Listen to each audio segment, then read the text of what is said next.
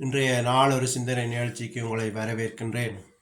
இன்றைய நாளொரு சிந்தனை நிகழ்ச்சியில் நாங்கள் பார்க்க போவது தியாகம் செய்யும் பெண்கள் என்ற தலைப்பில் பெண்களுக்காக வேண்டி என்னன்னு சொல்லி பார்த்தீங்கன்னு சொன்னால், சில பெண்கள் கல்யாணம் செய்து கணவனை இழந்து கணவனை பிரிந்து மனவேதனையோடு வாழ்ந்து கொண்டிருக்கிறார்கள். அவர்களுக்காக வேண்டி இது ஃபேஸ்புக்கில் ரீலில் போடுறபடியால் சில வேளை கொஞ்சத்தோட கட் ஆயிரும். நீங்கள் என்னுடைய யூடியூப்பில் பார்க்கலாம். முதல்ல டெலிஃபோன் நம்பரை சொல்கிறேன், அதுக்கப்புறம் யூடியூப் நம்பரை சொல்கிறேன். 005609993143 என்னுடைய நம்பர். தொடர்பு கொள்ள வேண்டிய தேவையில் இருந்தால் தொடர்பு கொள்ளுங்கள். என்னுடைய யூடியூப் வந்து ஜஃப்னான் அடித்து இடம் விட்டு ஜஸ்டின் JUSTWN என்று அடிச்சிங்கன்னு சொன்னால் என்னுடைய யூடியூப்பில் நீங்கள் பார்க்கலாம் ஃபுல்லாக இந்த வீடியோவை. விஷயத்துக்கு வருகிறேன். அப்போ இந்த மனவேதனோடு வாழ்கிற பெண்கள் பிள்ளைகளோடும் சில பேருக்கு வருமானமும் இல்லாமல் பயங்கர வேதனையோடு வாழ்ந்து கொண்டிருக்கிறார்கள். இவர்கள் சில சமுதாயத்தாலையும் ஒதுக்கப்பட்டு வாழ்ந்து கொண்டிருக்கிறார்கள்.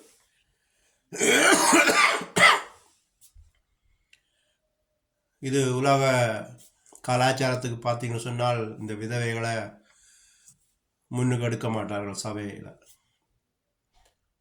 அதுக்கு காரணம்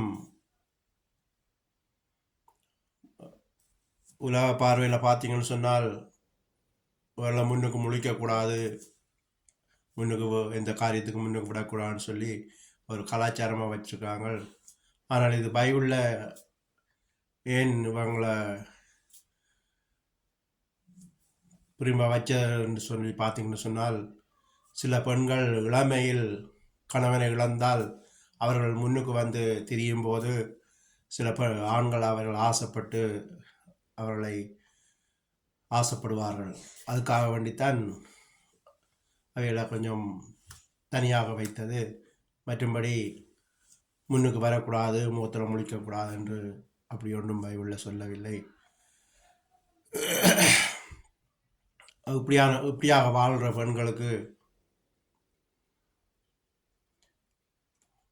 உங்களுக்கு யாராவது மனவேதனையோடு இருந்தீங்கன்னு சொன்னால் எனக்கு ஃபோன் பண்ணுங்கள், நான் உங்களுக்காக செபிக்கிறேன் இயேசு கிறிஸ்துவிடம்.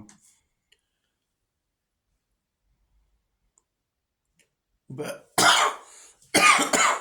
என்னுடைய அம்மாவையெல்லாம் பார்த்தீங்கன்னு சொன்னால் இன்றைக்கு 74 வயசு, அப்பாவுக்கு 80 வயசு, இன்னும் 2 பேரும் வாழ்ந்து கொண்டு இருக்கிறார்கள். அவர்கள் எல்லாம் எங்களை வளர்த்தவர்கள். ஆனால் அவர்கள் உடலால் கஷ்டப்பட்டு வளர்த்திருப்பார்கள், ஆனால் மனவேதனை இல்லாமல் இருந்தார்கள். எனக்கு தெரிந்த 2 ஆன்டிமார் இருக்கணும். அவர்கள் சின்ன வயசுலேயே கணவனை இழந்தவர்கள்.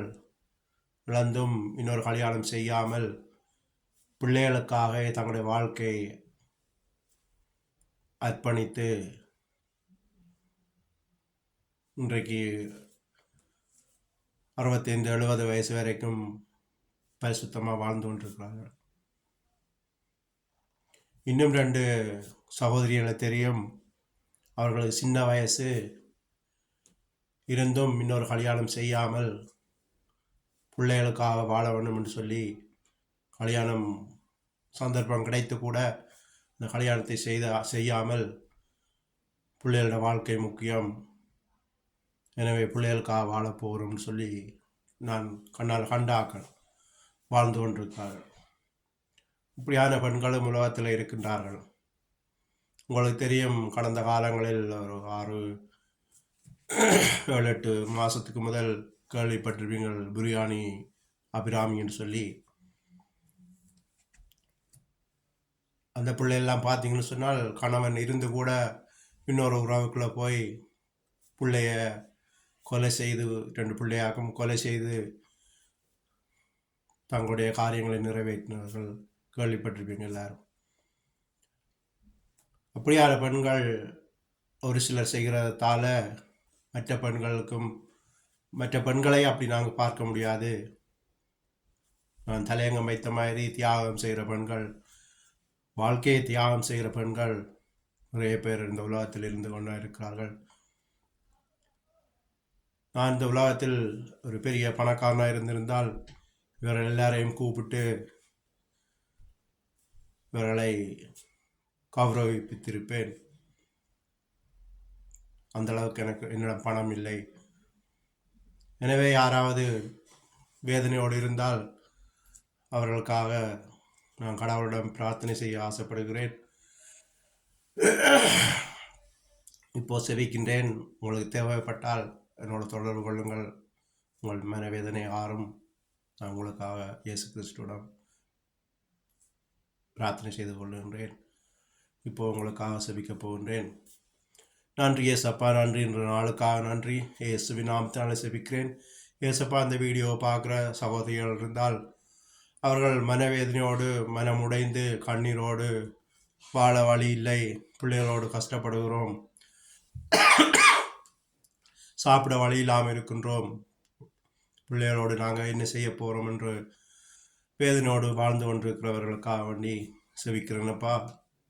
ஏசப்பா, நீங்கள் சொல்லியிருக்கிறீங்கப்பா, சுமை சுமந்து சோர்ந்திருப்போரே எல்லாரும் என்னிடம் பாருங்கள், நான் உங்களை இளைப்பாற்றுவேன் என்று சொல்லி. எனவே இந்த வீடியோ பார்க்குற நீங்கள் இயேசு கிறிஸ்துவிடம் பிரார்த்தனை செய்து கொள்ளுங்கள். அவர் உங்களுக்காக உதவி செய்ய காத்திருக்கிறார்.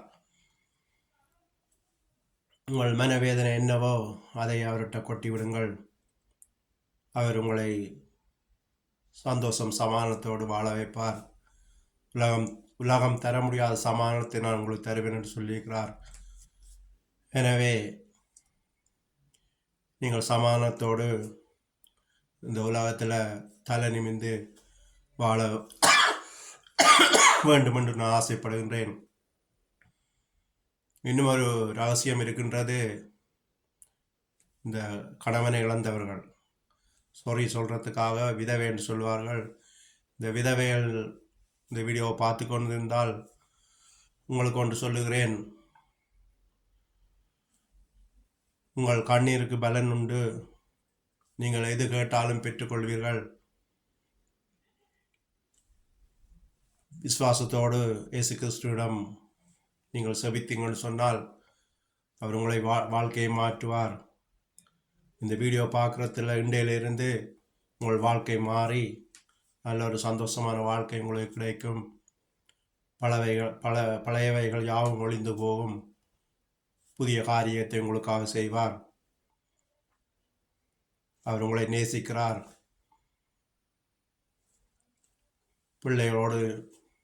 பிள்ளைகள் இருந்தால் பிள்ளைகளோடு நீங்கள் சந்தோஷமான வாழ்க்கை வாழ முடியும். பிள்ளைகளுடைய எதிர்காலம் நல்ல ஆசீர்வாதமாக இருக்கும்.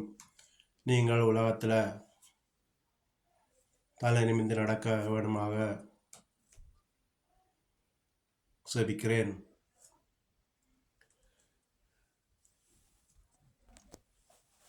இதுவே இன்றைய நாளொரு சிந்தனை நிகழ்ச்சி. நன்றி, வணக்கம்.